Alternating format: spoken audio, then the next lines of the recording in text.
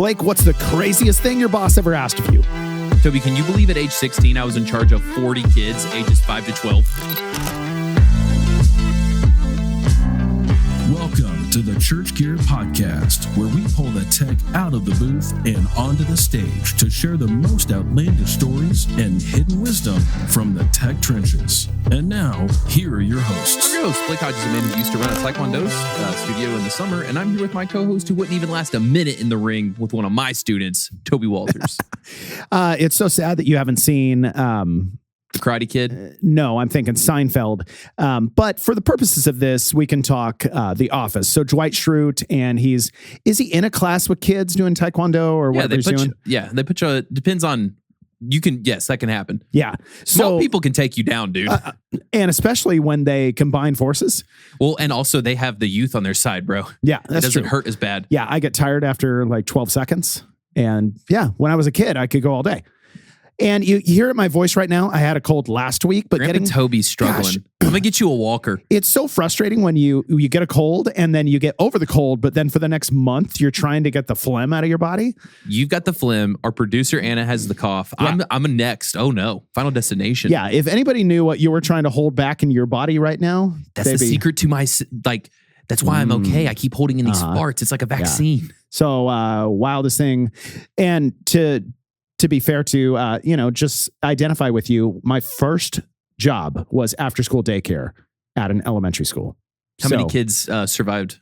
Well, I mean, there were 80 kids in the program, but there were 4 or 5 adults. Okay. So like 70 kids by the end of the week? Yeah. Whenever parents would drop off, I was an idiot 16-year-old. I'd go, I guarantee 80% will be alive when you get back. And they would laugh and leave. Yeah. And we had a runner too. Oh, yes. I understand that. Yeah, that was fun. So talking about bosses and crazy requests or whatever, I've worked at churches before. I know many, many pastors. I liken myself to a pastor in the sense that I'm a visionary. And so there's no idea that has ever come to my head that I don't feel like, I could totally get my team to help me pull that off. And it can go both ways. We can totally crush an idea on execution. But most of the time it is visually in my head. It's the most amazing thing in the world. And then execution, I'm like, I just imagine Toby's head is like going to Kroger and you're shopping and you're like, I don't want this. I don't want that. I do want this. So our job is to figure out what are the things we want to take out of the Toby store brain. And also try not to catch any diseases while you're in there because he's clearly sick with something. So just thinking of, misalignment with the vision of a pastor and the reality of the execution. I'm sure this happens all the time at churches. So one fun story, I was out at a church in Houston and they did a massive AVL upgrade in their worship center. It was like, everything was due 15 years, whatever. So they decided to overhaul the entire worship center as far as the AVL system, probably $2 or $3 million. And they get lunch money to you. Yeah, obviously. And so they get everything ready. The whole system's in.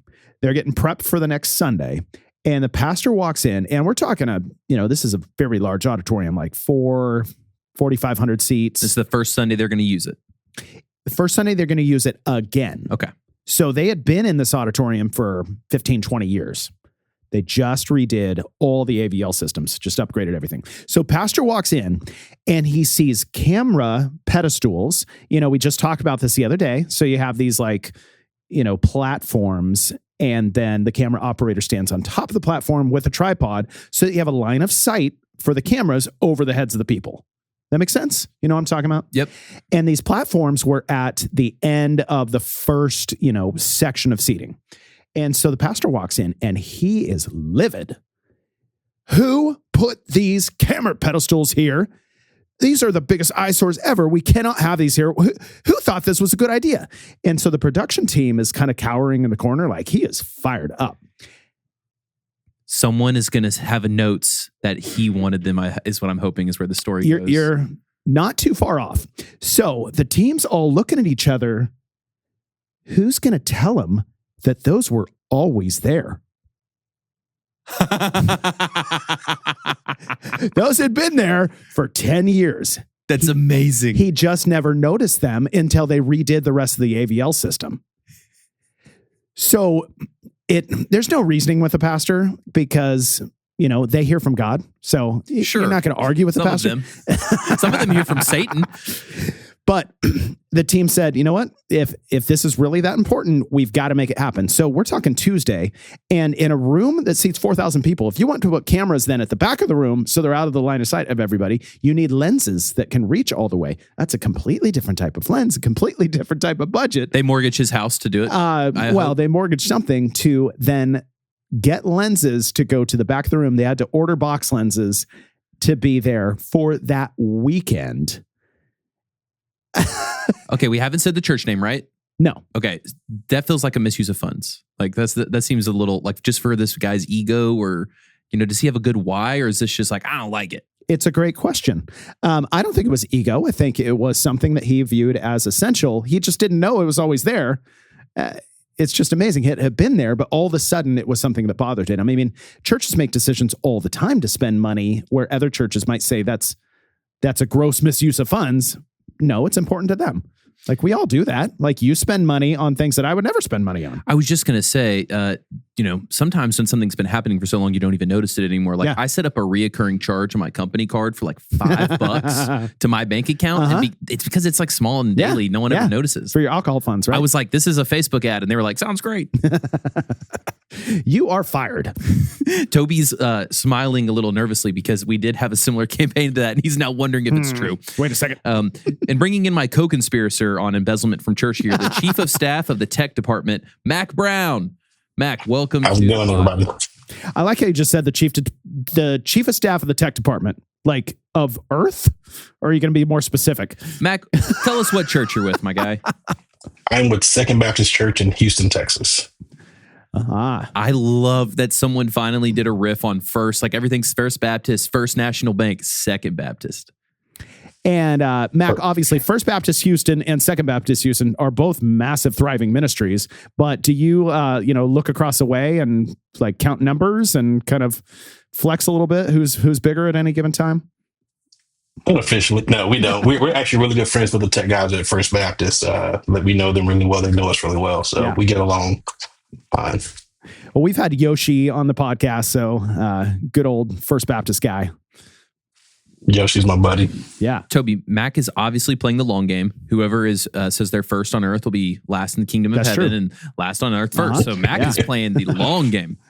And exactly. Mac, can you imagine a church scenario where the pastor walks in and sees camera pedestals and is livid, not realizing they had been there for 10 years? I can actually talk about how we lived that actual thing. Toby, was this him? Are you trying to mess with him? Yes, it was Second Baptist. Oh no. I wouldn't. Oh goodness. See, I made it anonymous. Mac actually, pulled out the truth. So yeah, Mac, give us the context of that story. So the context is we had a massive hurricane come through Houston. It was Hurricane Ike, and the room was demolished because the roof was lifted off and it had lots of water damage. So we were out of the room for a full year, having services in our gymnasiums and our old sanctuary. And so remodeled the room, we extended the preaching platform out 17 feet further into the room. And so that put the pastor 17 feet closer to the cameras from the original location. So for him, it wasn't an eyesore because it was a lot closer. And so he came in and said, why would we put those there? Because the pews were redone. The room was a lot brighter. They're easier to see from his perspective, which was also true. So, yeah, we had to scramble to get lenses in and get fiber rerun to the camera locations and put those cameras in the back of the room right next to the front of the house. And to his credit, he did come back a week later and said, I know why they're closer, because I'm closer to the cameras. So, but hats off to anybody that can admit they're wrong. That is a rare trait in a person. Yeah. He did admit to it. The cameras have not been moved back up to the front because they do block seats. And so they're in the back of the room. Blake, it's kind of like when you guys execute something in sales and marketing and you think, we took Toby's vision, what he gave us, and we executed on it. And then Toby says, I don't like it. Toby, we don't have enough time and therapy dollars in the budget to discuss that on air. Mac, I love you saying, though, that it took up seats. Like, I was just looking for the why. I don't like any kind of like, I just didn't like it. Well, give me a reason. No. It took up seats. No. That's less. Yeah, it blocked some seats, for sure. So that is definitely worth it then. Oh, it was such a fun story hearing that in person, though. Well, and as the cameras got moved to the background temporarily, I would like to hear Mac's background. So, I thought you were going to say we're going to move Mac to the foreground, but I mean, yours was really good too. this is the first compliment I've ever gotten on a transition here. I'm going to take that home, put it in my pocket. But Mac, let's get back to you and cover some ground with what was your background in church production? How'd you get your start? Sure. My start started when I married my wife. I joined the church that she was a part of. And my father-in-law said, "Hey, you're just not going to sit here and not be a part of anything." So he was on the what was called the sound ministry. So I volunteered or was voluntold to join. And so I had not run a soundboard at all. Voluntold, you know. You want to marry my daughter? Yeah. So threw me behind the soundboard, had no clue about what I was doing back then. And started doing sound and got a knack for it and started hanging out with a guy who was running a production company in Chicago where I lived. And he kind of showed me the ropes and then moved here to Houston to work as a contractor for several companies and ended up here at Second Baptist back in 2003 as a contractor. And they hired me on in 2004. Been here ever since then. Man, the tenure. I love it. Just the consistency. Yeah. Is your father-in-law still with you? Does he say how proud he is now that you made a career out of it? Yeah, he's great. He's really awesome, but he doesn't do sound at all anymore. Like now that we're in the digital world, he can't understand most of the things that we do. He said those are just lights and buttons. I don't understand it.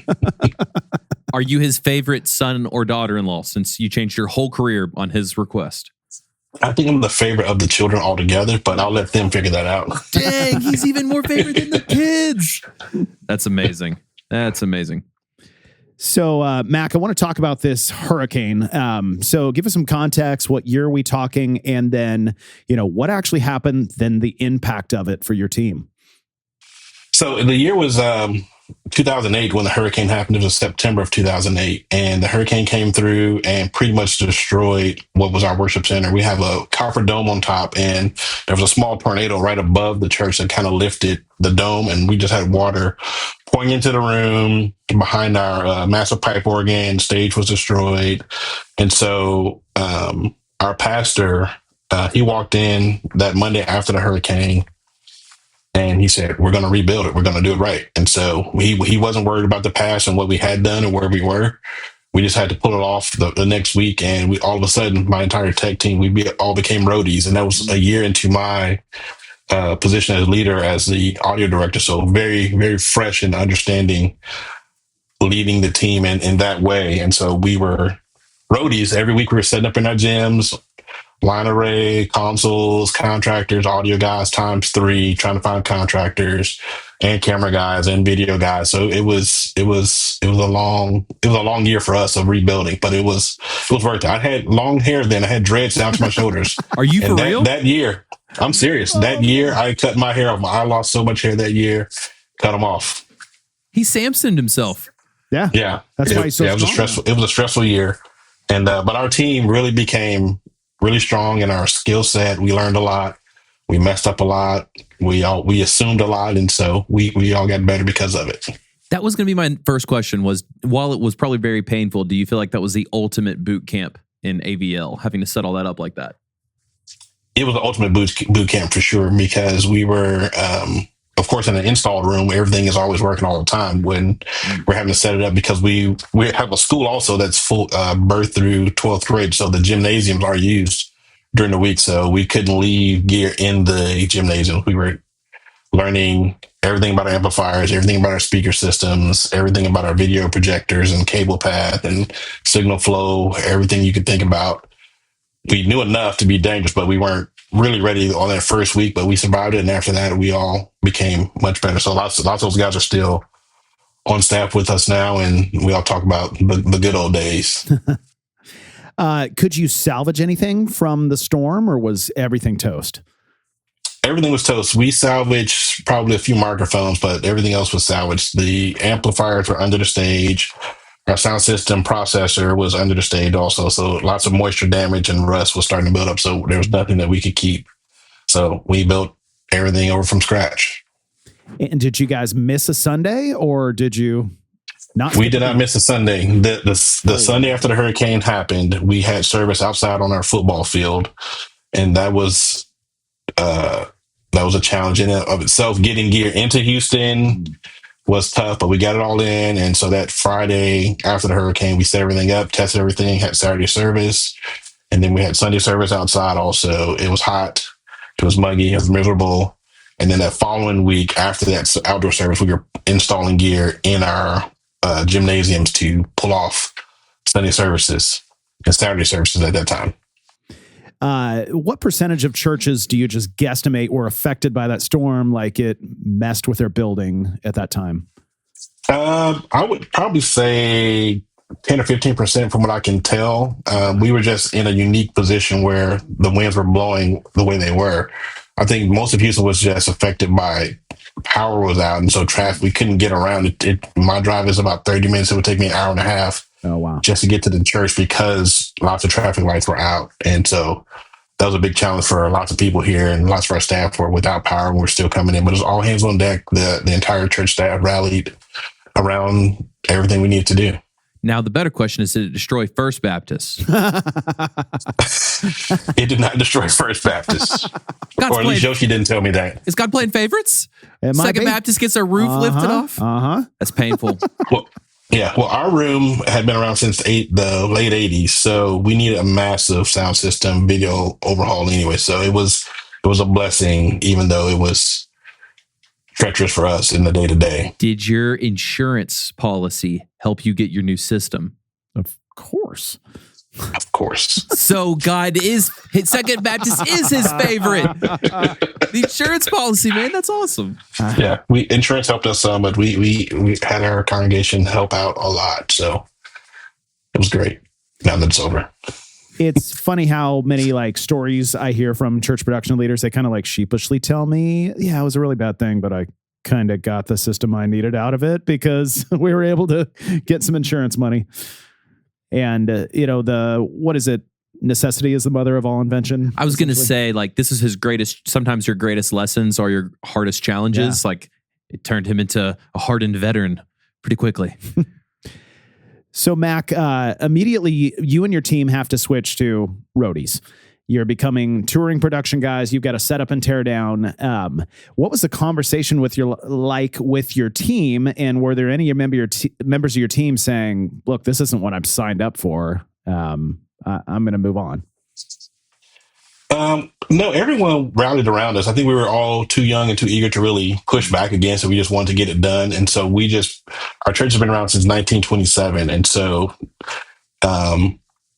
we just realized, hey, service is going to happen no matter what. And so we will be a part of that in a positive way. Now, Mondays were rough, but Sundays we pulled together. Everybody rallied. We had some tough conversations with, hey, vacation is going to be tough to get this year because of all the things that were happening. Because while we were in our gymnasiums in our sanctuary and designing those systems to get them up and going, we were also redesigning our worship center at the same time to get everything up and going for what the services will look like for the future going forward. Mm-hmm. So what were some of those, acting as a pastor, how are you pastoring your team to say, your vacations are going to be limited this year, but, here's the heart behind why? Was that difficult conversations, or was your team just excited to jump in, give up their vacations? I don't know if they were excited. And the thing is, I wasn't even a pastor then. My boss was a pastor. He's on staff in a different position, but he just kind of told us, hey, we're going to get this done. We won't be the reasons why the gospel isn't heard, which we all understand God is sovereign. But we want to be a part of that. And so it was a long year, but everybody really rallied around. We did find time to get some vacation for a couple of guys in the middle of that.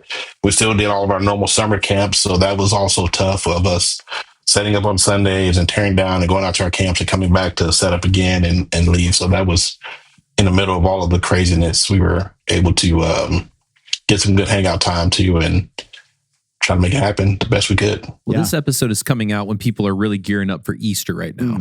So they're, different situation, but similar workload. Is there any advice you can give them when they're in those busy seasons of how you got through it? What kept you going? Like any tips or tricks or mental frameworks that really kept you going?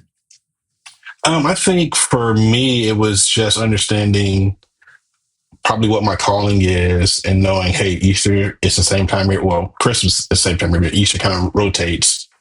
But we know, hey, this is a busy time. This is what is expected of us. And if I look at it as just a job, yes, it can be very, very frustrating because that's the time of year when the tech guys are called on the most to do the most in the shortest amount of actual time, and rehearsals and setup and everything. But I think if you guys just really think through, what are we called to do? How can we best facilitate the pastor's vision, the worship team's vision, and work hand in hand and meet on the front end so expectations can be met as long as we can execute it correctly. And you talk now about, your team that is still there. What are we talking? 18 years later. Do you feel like that season was bonding for you guys, that you were stronger in the long run because you experienced that together? Oh, lots of bonding, lots of bonding, lots of long nights of being here till 3:00 in the morning and then trying to be back at 6:00 to get it all pulled together. So a few guys have left, but some of the guys have come back as contractors, and we all talk about all of those things and all the things we thought we were really good at and realized, oh man, how did I pull that off and why would I do that? What were some of the things that you think back on and you think it was nice because I got to redo the system the way I wanted to? Like, what were some of those changes you remember implementing that you're really excited about? The thing I was the most excited about wasn't even gear. It was being able to get acoustic treatment done in our room. Our room has 2 balconies, and it was some marble floor, stained glass or faceted glass on the left and the right that's 4 stories tall, and faceted glass above the stage, and just drywall. And so we spent a lot of time and effort and energy of getting acoustic treatment done in the room, and that helped take off almost 2 seconds of decay time. And so for us, it was like, okay, let's do this because equipment's going to change, technology will change. But if you get the acoustics right in the room, it helps out so much. There's so much that you don't have to worry about with gear, because at that point you can turn it up or get speakers and delays and all those things, which is kind of what we had. But we've changed out sound consoles since then. Technology changes, but the acoustics in the room are fantastic, and we're actually very proud of it. So as much I can preach about gear and talk about gear, I would say, hey, spend the money on acoustic treatment. It is the plumbing, it's the electrical, it's all the things that aren't fabulous about a house, but it is the thing that keeps the house going. Yeah. And I've been in your room, and it's a gorgeous sacred elements, kind of a traditional feel, even though it's got all the modern technology. Where did you literally hide the room treatment? How did you keep the sacred beauty of the room, but adding room treatment without reducing or removing those elements? So all of the walls are treated, but it's in a color palette that matches the room. So everything across the back of the room and the side, it's the same kind of brownish tan color. And then on the stage, we treat it every surface on the stage also. And so we just decided, hey, instead of it looking just like drywall, we can just have acoustic treatment. And then kind of above our choir loft, we had some spaces where the drywall was taken out. Those are acting as bass traps up there, and also on the faces of our balcony. Since we were going to be spending money on drywall and getting that redone, let's just not put drywall and just have acoustic treatment to help suck some of the energy out of the room to give us as clear of a sound as we could possibly get. And so most people don't even see it when you walk in. We have to point it out, but it really brings the room together when you're mixing in there. And I love that you're talking about a room that had already existed for 20 some years, and then you put treatment in. So it still can be done later on thoughtfully. Yes. Also, I want to check. I know the room was messed up from the storm damage and your gear was messed up, but were you going back to the same room, or did y'all have to build a whole other sanctuary? We were going back to the exact same room. Okay. Just making sure. Yeah. So all the pews were pulled out on the first level, and we put in chairs, and that makes life easier. We kept the pews in the balcony, but the chairs, of course, suck up energy too, because they're all cotton material and everything. And most churches, they'll go from church plant where they're set up and tear down into a permanent, they grow into a permanent installation. And so you guys almost moved the opposite direction. You're in a permanent install, and then you went to set up and tear down. What were some of the, workflow things? Did you bring anything back into the permanent space that you had then learned as a team as a set up and tear down for a year? The biggest thing we brought back that I probably didn't implement as much was just double checking our equipment before we get to the weekend, which we would check it, but just verifying, hey, here's a software update or firmware update. We don't do those on Fridays. Let's do those on Mondays. Let's double check the equipment. Let's play the video. Let's see what it sounds like in the room, because everything sounds great in your office on your laptop, but how does it translate into the bigger room? And so bringing that in, we at that time moved over to the Avid venue consoles, and so virtual sound check helped us out quite a bit in that whole process, because we were having weekend services in our gyms. We bring those tracks into the main worship center and just play those tracks back and really get a service dialed in. So we had several weeks of the room not available to the congregation, but available to us to really implement, okay, if this string sounds like this in the gymnasium, what is it going to sound like in our worship center? And so that helped us out a lot. And then just really tagging along with our video guys to make sure, hey, when this low end sounds great in your office, this is what it sounds like in the big room. And so let's maybe put a high pass on there, because we've got subs in there to kind of take up some of this energy that you're trying to recreate in your studio. Yeah, it's fascinating. Do you feel like you almost, previously when you're in the same installation, the fixed installation, week in and week out, you just get used to the fact that it's going to work. And then you're thrown into this new environment where you're not sure it's going to work every week. So you double check, you rehearse, you sound check. And then so now you're bringing back these principles into the fixed installation. And did you feel like it was a better experience in the long run because you brought that? It's been a fantastic experience in the long run. We've gone through iterations of trying to rethink what should we do, what shouldn't we do, and keeping everything the basic. And when we're bringing in new guys on staff, hey, here's a reason why you do this. Check all your outputs first. Don't assume this battery is a good battery. Did you put the battery in the microphone? Don't assume any of those things. And so don't have two transmitters on one receiver, because that is a no-no. That happened to us during that time we were in our gymnasiums. And so it just rethinking and reteaching some of those things helps our guys get better every week. Blake, it's kind of like I joke around here at Church Gear. We've been out of space for 2 years. Yeah, I don't know what it means when we're always past 100% capacity. Yeah. And so I like to say that, well, I don't want to move us to a new warehouse until I don't want us to bring bad habits into a bigger warehouse, because then we'll just expand our bad habits to fit the new warehouse. Not that we can afford a new warehouse anyways, but it's kind of that I sense that same kind of mindset that, fix those bad habits before just buying new gear. I don't know, Toby. Most people say I can't quit you like a bad habit. So I don't know if we move and I have to quit my bad habits, I won't be able to bring you with us. I know. I get it. All right, Mac. So I've heard some stories, not in any bad ways, but you're part of one of the biggest churches in America. You guys have been very notable for a long time, Pastor Ed Young.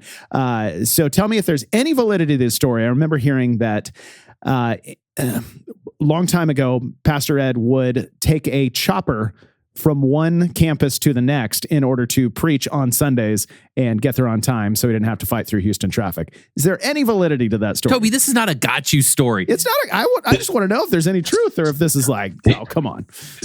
It has never happened. So because of the rumor, we just keep it going. We keep saying, yeah, he's got 2 or 3 helicopters, and depends on the day. But we know of one time where he had to ride in a helicopter. It was an Easter service or Christmas Eve service, and he had to get to the northwest side of town, and somebody loaned hours or something like that. He hated every moment of that. And so he, to my knowledge, is the only time he's ever even tried to fly in a helicopter. And so for him to get from, he's retired now, but for him to get from one campus to the other that he would preach at, it's about an 18-minute drive. So what happened was, when we started our West campus, there was talk of how would he get from Central Houston to West Houston, and somebody said, well, maybe we can do a helicopter. And that's all that was, maybe we can do a helicopter. And that was it. And that was back in 1999. And before I came on staff. And so I heard this rumor from a guy in Kansas City, hey, your pastor has a helicopter. Now he does it and drives a plow hoe.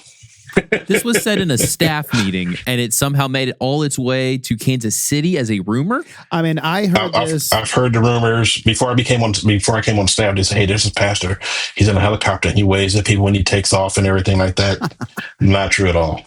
I heard the story when I lived in Austin.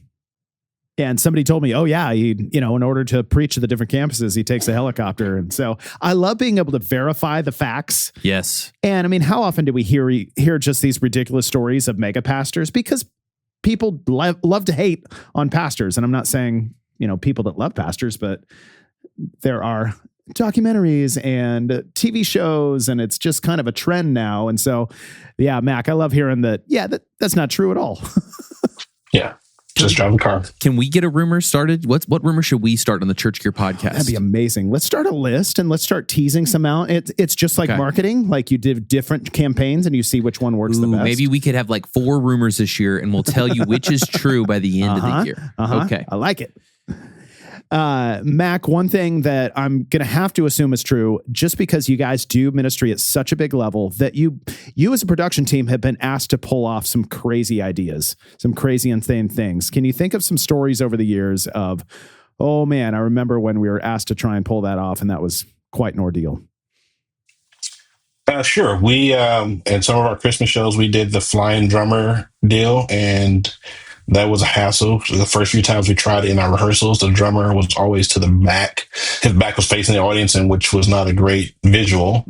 And so working with our team who was flying was like, hey, we got to make sure when he gets in the air, he's facing forward. So getting with the riggers to make sure he doesn't spin and shows an unflattering side of himself. I'm volunteering for this role. Yeah, exactly. So we've done that. We've had to do a kabuki drop and help design that and get it done the right way, because it was a huge screen that was about 60 feet across, and every time we tried it wouldn't drop. The screen wouldn't open. There was several things that were happening. And so helping design with Jeremy, our technical director, getting with our production company who we're working with to, hey, we got to get this right. We won't get a second chance once the room is full. We got all week to rehearse it, but when it's showtime, it has to work. And so those are things that make us stressful, because it's all right, let's try it over, and then it's an hour, reset, rehang, re-rig, get it back done. And so that makes for long nights, but it's rewarding when it works every time. And so we had fun doing those shows. What's a kabuki drop? Yeah, want to explain that? Kabuki drop it's basically just a huge scrim across the stage, and so we would reveal the set. The set would be behind there, and so people would think the show was pretty small, and so it's basically just a huge curtain, and we had this trigger that would release all of these clips to drop the scrim onto the floor to reveal what the stage looked like, what was behind it, the Christmas show set, and the orchestra and all the singers. And now, Blake, they just do it with LED walls. They just drop the wall. Yeah. Hang on a second. That would kill people. That would kill people. Where's the church we went to in Dallas? They had the giant LED wall that could move around on stage. It was our last church on that tour. You're talking, well, Gateway had done a redesign. They had the beautiful like colored seats. Was that Gateway? Watermark. Yeah. Watermark, they're like LED wall. They could raise it up and stuff. That was wild. Yeah, Lake Point as well can do that. It's on chain motors, so it goes up and down, but you can't drop it like a kabuki scrim like says you about. Maybe. I mean, you can, yes, but then you drop a $500,000 LED wall. As Toby likes to say, you can do anything on your last day, Mac. Whenever you're at a company or I guess a church, you can do anything on your last day. And Mac, talk to us kind of about this role of chief of staff. I almost imagine, in these moments, you're in meetings with, the senior pastor or creative leadership, and you're talking about these crazy ideas, and your brain is thinking, oh my gosh, I got to lead the team now to pull these ideas off. So what are those conversations then like with your team saying, hey guys, this is what we're going to do. I know it's going to be hard, but I'm going to lead you through it. Those conversations now are a lot easier. Our church staff, they really trust us, and I trust our insight. So when they have an idea, we'll get with them and say, hey, here's how we can pull this off, or this is going to cost X amount of dollars. Is this in the budget? Because the budget will make sure this can happen or can't happen. So once we get to that point, getting to the staff, it's usually a great conversation. Sometimes the guy say, this is never going to work. I'll say, well, I'll ask them, well, why won't it work? Give me all of the negatives or why it won't work. And it's usually comfort zone issues, not technical issues. I said, okay, so it can happen. It's just your comfort level and trusting the idea. And so just making sure, hey, the guy came with the idea. Do you trust him? Yeah. Okay. This idea may be a crazy idea because we haven't done it before. However, if it can happen and we can make it happen, why not make it happen? And so those conversations are a lot easier now. And it comes with maturity with our younger guys are usually the ones like, how is this going to happen? I don't understand. And we walk them through, hey, this is your role in the piece.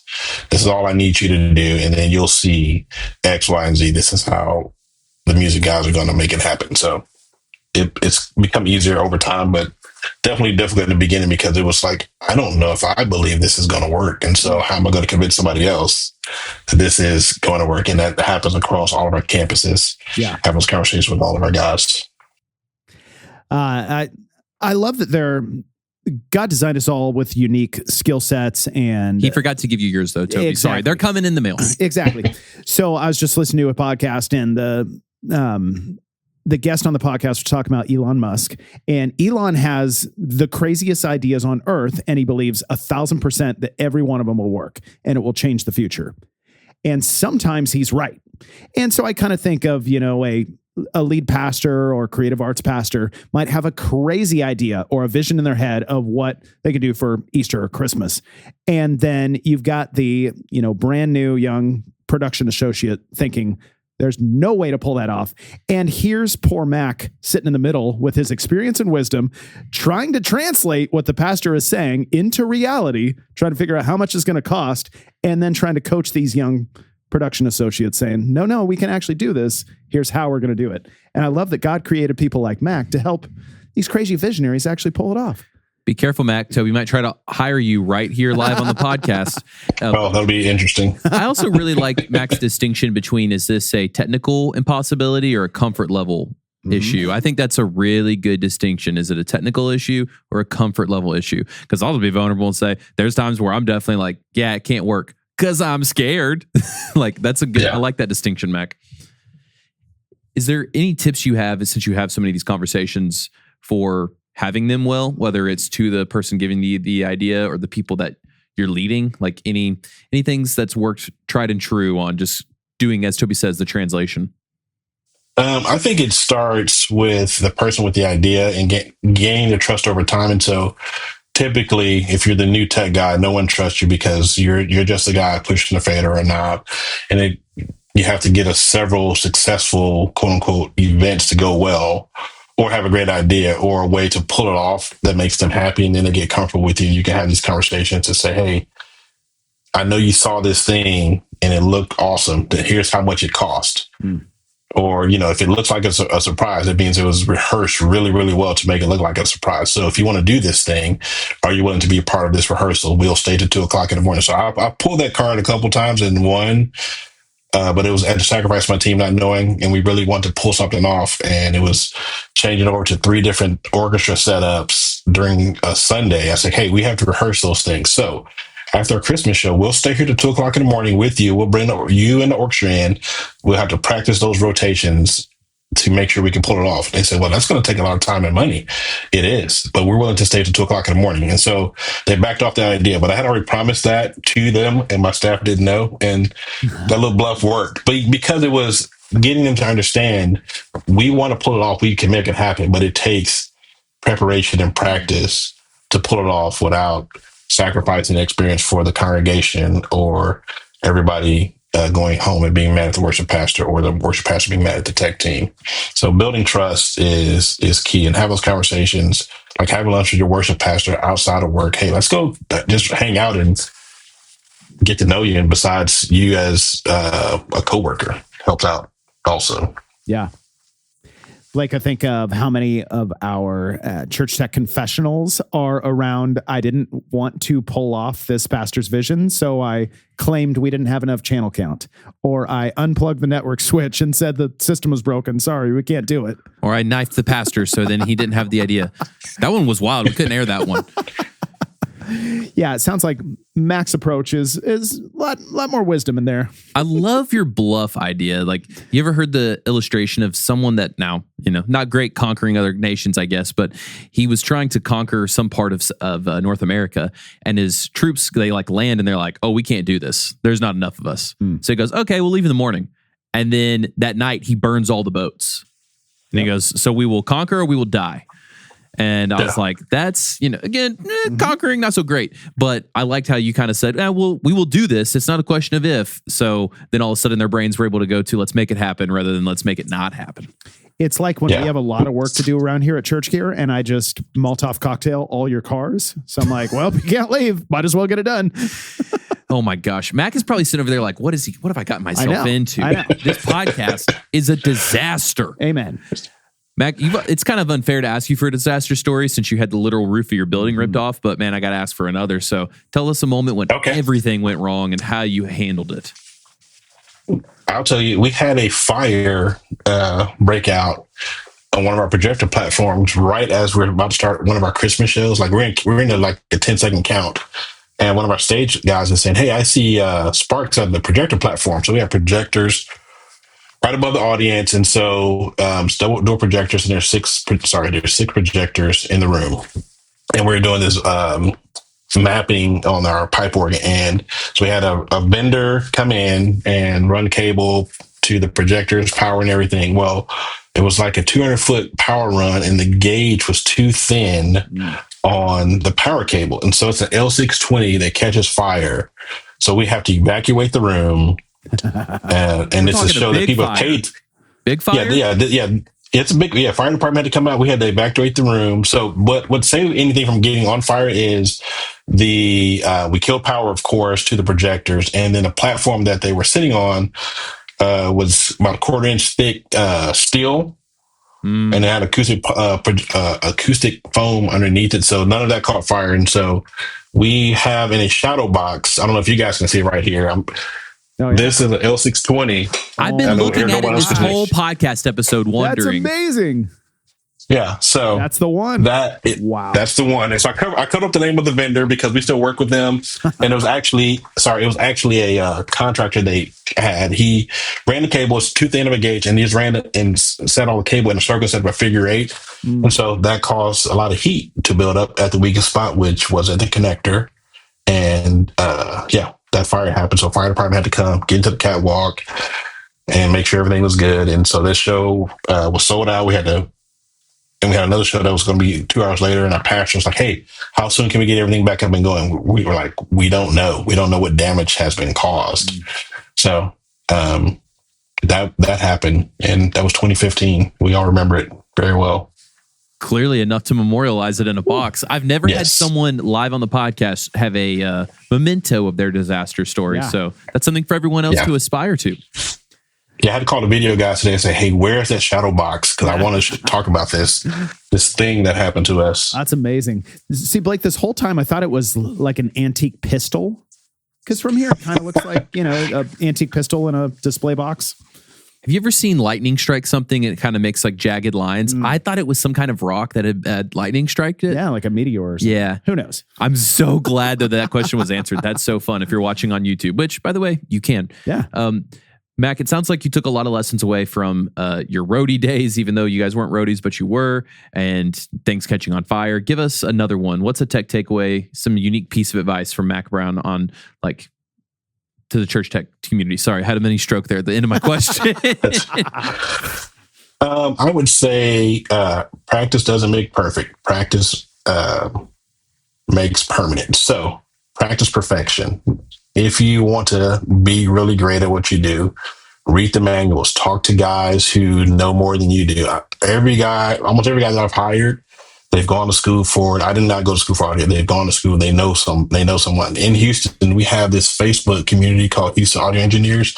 And it started off as like 15, 20 of us going to lunch for a couple birthdays. And it's now a Facebook page of 1,500 guys across Houston. And once a year, we have a lunch together the Monday before Thanksgiving. We just get together, just giveaways, a couple cool guys who kind of facilitate the page, but it's just a sharing knowledge with guys who are new to the business. Hey, I'm looking for a job. Or guys, hey, I've got this piece of gear. I want to show you guys how it's working. You guys want to come over. And so building camaraderie. And it's not just church guys. It's guys who do corporate gigs, secular gigs, guys who travel all over the world who are part of our community here in Houston. So it's a pretty cool thing. Just get to know someone who knows more than you. And also be willing to share information with someone. Don't hold it all to yourself. It makes my life a whole lot easier because the guys know what they're doing, and they're willing to ask questions, and they're willing to research and understand how this gear works. We're YouTube certified in a lot of things over here. So, dude, that's awesome. I forgot we've sent this group some hats. I think 2 years in a row. I think his name's Jason, has reached out to me twice. So. Yeah, Jason is awesome. Jason runs it, and Daniel Trisna. Those guys are really great guys, and they help facilitate that deal. But lots of guys in Houston, we like to share information with each other, and it's a huge brotherhood. So you're one person away from knowing somebody. Hey, how do I use this console? Somebody's got one in Houston, or here's a tutorial that I've been working on. And so inside the church world, that helps us out a lot. Like I said, we're really good friends with the guys at First Baptist in Sugar Creek and several other churches here in Houston, and so we're always pitching ideas or getting information from each other to figure out how to become better at our craft. I actually met Haniel at the Mix event we did at Mariners. So he had come out from NAM. He reached out ahead of time, said, "Hey, I'm so excited to meet you. I'm coming to the Mix." So fun. Mac, we almost never do this. I'm going to ask you one more question, even though we just finished the tech takeaway. Toby just put out a book called Sacred Spaces, Modern Production. And one of his big hobby horses in it is you've got to have community. And you have some of the most community of any guest you've ever had on the podcast. So I would just love to hear like, hey, this is some of the benefits you don't know about community. You know, there's people that are like, gosh, I don't have time for that. I'm too scared to make it. Like, if you could just give us a quick snapshot of like, man, if I didn't have this community, I wouldn't have X, Y, Z, because I just think that's so powerful and a good reminder for everybody. I mean, if I didn't have the community that I have, learning how to tune a sound system, learning how to EQ just an E6, and don't fall for the, hey, somebody sends you a picture of an EQ. You have no idea what that room looks like, sounds like, what the obstacles. I think getting out and just talking to guys helps you get out of your comfort zone, because typically us tech guys are the introverts. I'm very much an introvert compared to my wife, but getting around guys who we can nerd out on, a really cool EQ or a plug-in or plug-ins versus analog, but also you get out of I don't know, so someone's going to think I'm not competent in my skill, and it's the actual opposite. Hey, we love to share information because it makes us all better, because if I recommend you, that means, hey, this guy's recommended by Mac or Josh or Hany or the guys who I work with. And so we take pride in being really good at what we do, not in a negative way, but just knowing, hey, Sunday's going to happen for every church that's in America. And so if I can help, I would love to. And so a lot of our guys do that. Love to talk to churches and guys who are in the throes where we have a budget and someone says, well, Second has a big budget. Yeah, we do, but I just get a bigger yes or a bigger no. So it's the same for the small church. You get a yes or a no. And so it's building that trust over time and understanding, hey, this is the piece of gear that we know will be around for 10, 15 years, because we all know once you buy it, you're stuck with it. You can't say, well, there's a better one out 2 years from now. Can we go buy that? That's not being a good steward of the church's money. You just have to pray for another tornado to come activate the insurance policy.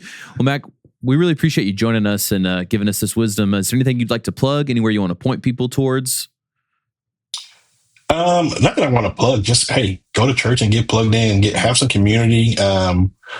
Guests, I mean, if you can get Haniel and Jason on there, they can talk about anything. I don't have much I want to plug. Just I love plugging going to church and community. Yeah. That's great, Mac. Yeah. Enjoy find joy in what you do. Because there are going to be some times where, hey, this is a church, and some days you like, okay, this is going to be a rough day or a rough week.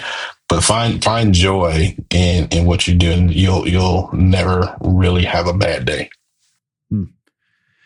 Yeah, I haven't written this list out, but I'm like, all right, Blake, on my bad days at church, I'm like, I'm going to quit. You got to have the list. You got to have your pros list. If you only look at your cons, if you only look at cons, you can have the worst day every day. But if you look at your pro list, it really change your perspective. It's like keep running church gear or burn it to the ground. Well, pro everything, con Blake. So pro insurance payout. Might have to take it. Well, Mac, I got to go log some insurance claims, so we got to jump off here. But thank you, man, for joining us. Thanks for having me. I appreciate it very much, guys. Thanks for hanging out with us. We hope to see you back next week for more absurd stories, tech takeaways, and overall buffoonery here at the Church Gear Studios. All right, Blake, so if a tornado and a hurricane combined and then hit your house and pulled the roof off and destroyed everything, what's the first thing you would make an insurance claim about? The claim would be that you, by prophecy, caused it, so I would sue you into the ground. Okay, good. And then I would say we have to come up with a name for a tornado and a hurricane. The combination. Tornicane. Can't be a tornado. Hurnado. Nope. But Hurnado? Nope. But you're the hurricane, I'm the tornado. That's what this podcast became. So where should we send the next tornado or hurricane? Where should people send it? To their friend if they want to tornado hurricane them with this episode. Or maybe just say, let's hang out some more. Sure. Let's build community through this podcast.